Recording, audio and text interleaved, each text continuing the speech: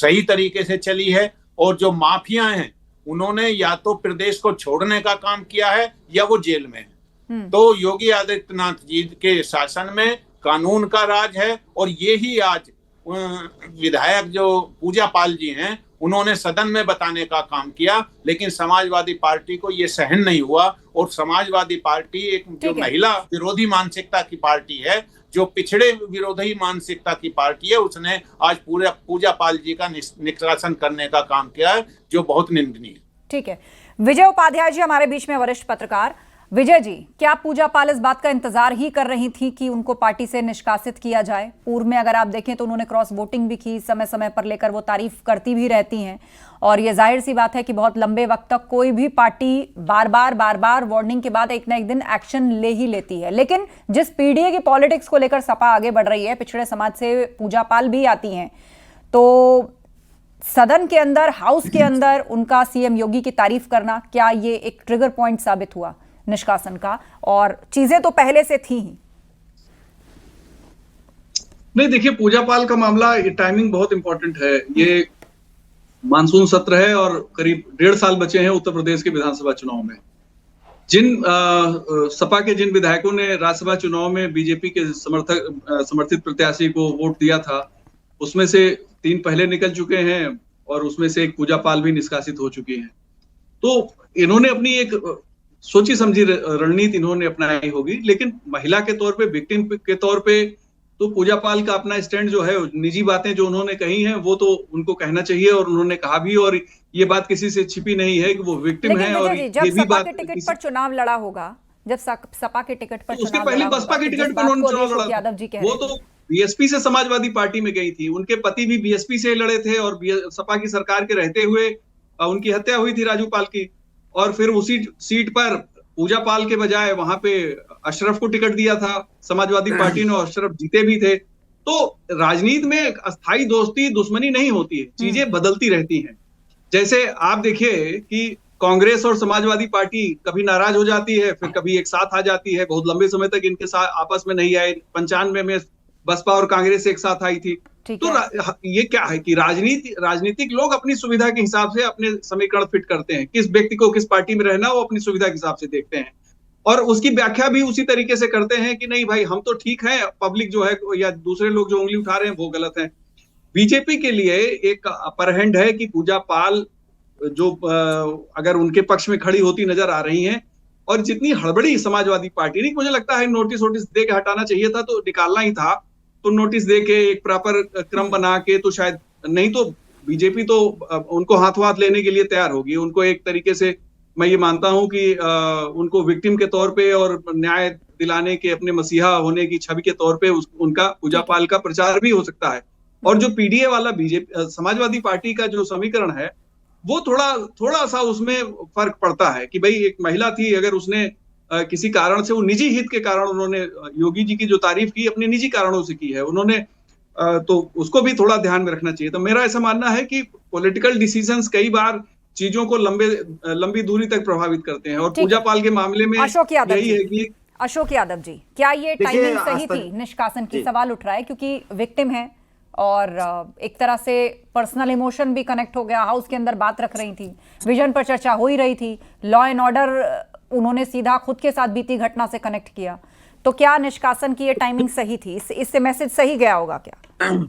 देखिए, पहले आपने कहा विक्टिम, तो विक्टिम वास्तव में कौन है?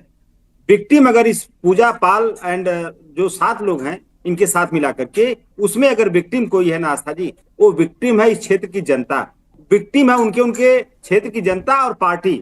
क्योंकि पार्टी के साथ भी उन्होंने छल किया, क्षेत्र की जनता के साथ भी उन्होंने छल किया। विक्टिम पूजा पाल नहीं है, विक्टिम वहां के क्षेत्र की जनता उन लोगों के है, और पार्टी विक्टिम है। और दूसरी बात मैं बताऊं, तो जो अभी तमाम बातें कही जा रही हैं, विजय जी ने बिल्कुल सही कहा कि राजनीति के हिसाब से लोग अपना अपना व्यवहार दिखाते हैं। मैंने शुरू में यही बात कही थी आस्था जी कि 2022 में जब वो सपा के टिकट से चुनी गई, तब अतीक अहमद का प्रकरण उन्होंने क्यों नहीं उठाया कि जिस पार्टी में अतीक अहमद, मैं उस पार्टी से विधायक नहीं बनूंगी।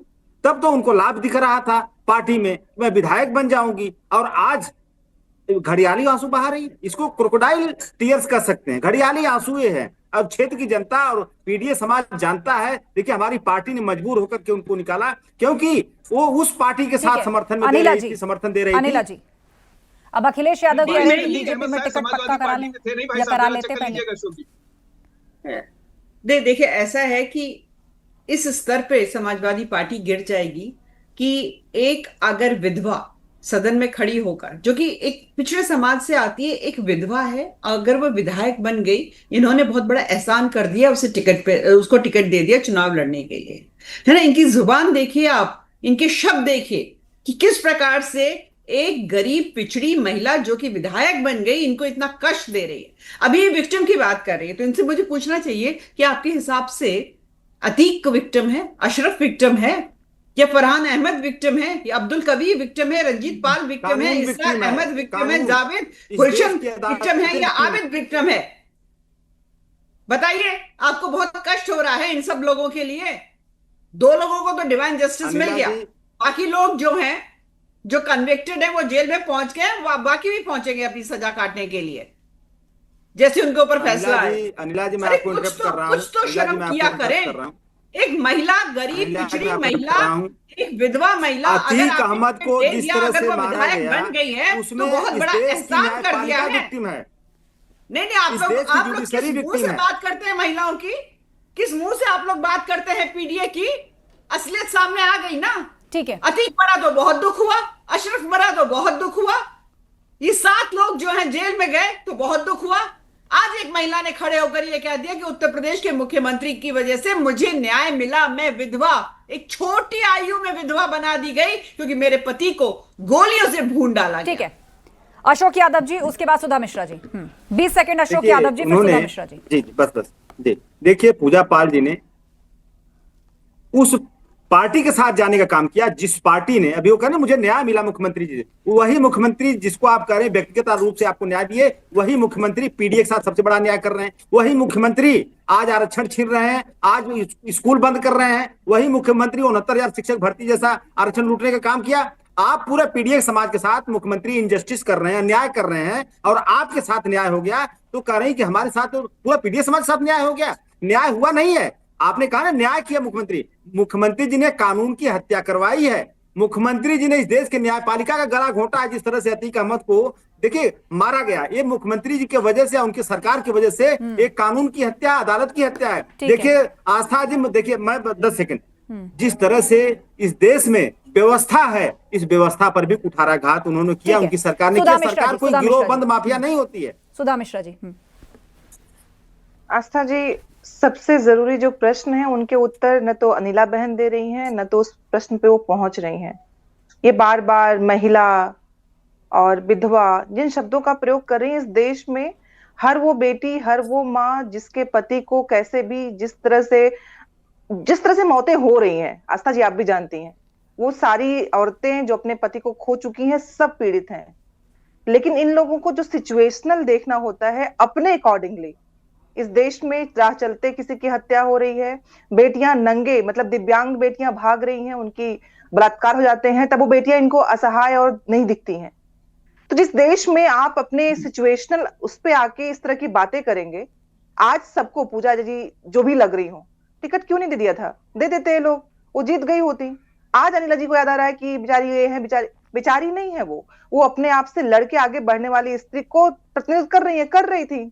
आज जो कुछ उन्होंने कहा या जो उनके साथ हुआ, वो उनके अपने जो चीजें हैं राजनीतिक, उसके यहाँ महिला होने के नाते, पिछड़ा होने के नाते उसे कुछ नहीं हुआ है। 10 सेकंड, ये राजनीतिक विधायक है वो, और उस विधायक को जानबूझ के स्त्री, इन लोगों ने ये किया था राष्ट्रपति जी के साथ कि राष्ट्रपति जी ये हैं, महिला हैं, ये है, और जबकि जहां पे महत्वपूर्ण जगह होती है वहां खुद नहीं बुलाते हैं लोग, और ये बात करते हैं महिलाओं की। ठीक है, महिलाओं के आगे बढ़ने की। 30 सेकंड अनिला जी, आपका जवाब, कंक्लूडिंग रिमार्क होगा। देखिए ऐसा है, सुधा मिश्रा जी जिस पार्टी से आती हैं, उनकी जो डिफेक्टो लीडर हैं सोनिया जी, वो तो बहुत ही हिम्मती हैं, ठीक है ना। 1980 से वोट डाल रही हैं, 1983 में यहाँ के नागरिक बनी है, बहुत हिम्मती है। अरे एक नंबर की वोट चोर करने वाली पार्टी, एक नंबर की क्राइम, करप्शन और राजनीति का गठजोड़ कैसे होता है, उसकी राह, उसकी गुरु माता, ये नेशनल कंफ्यूज पार्टी आज हमें पाठ पढ़ाने चले हैं, आज हमें पाठ पढ़ाने चले हैं। समाजवादी पार्टी जो है वो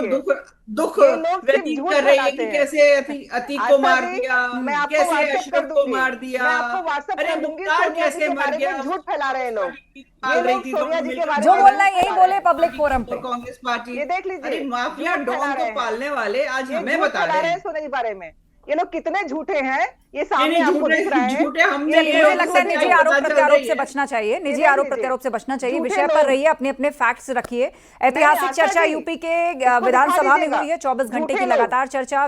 विजन क्या हो 2047 में विकसित उत्तर प्रदेश का, उसे लेकर सभी मंत्रियों ने अपनी अपनी बात रखी है। मुख्यमंत्री ने भी आज लगातार 2.5 घंटे विधानसभा के भीतर अपनी बात रखी है और वक्त का तकाजा है। फिलहाल आप सभी लोगों का धन्यवाद इस चर्चा में शामिल होने के लिए। स्कूलों वाली सियासत पर सीएम योगी ने 2 टूक लफ्जों में आज हाउस के अंदर कह दिया कि यूपी में कोई स्कूल बंद नहीं होगा।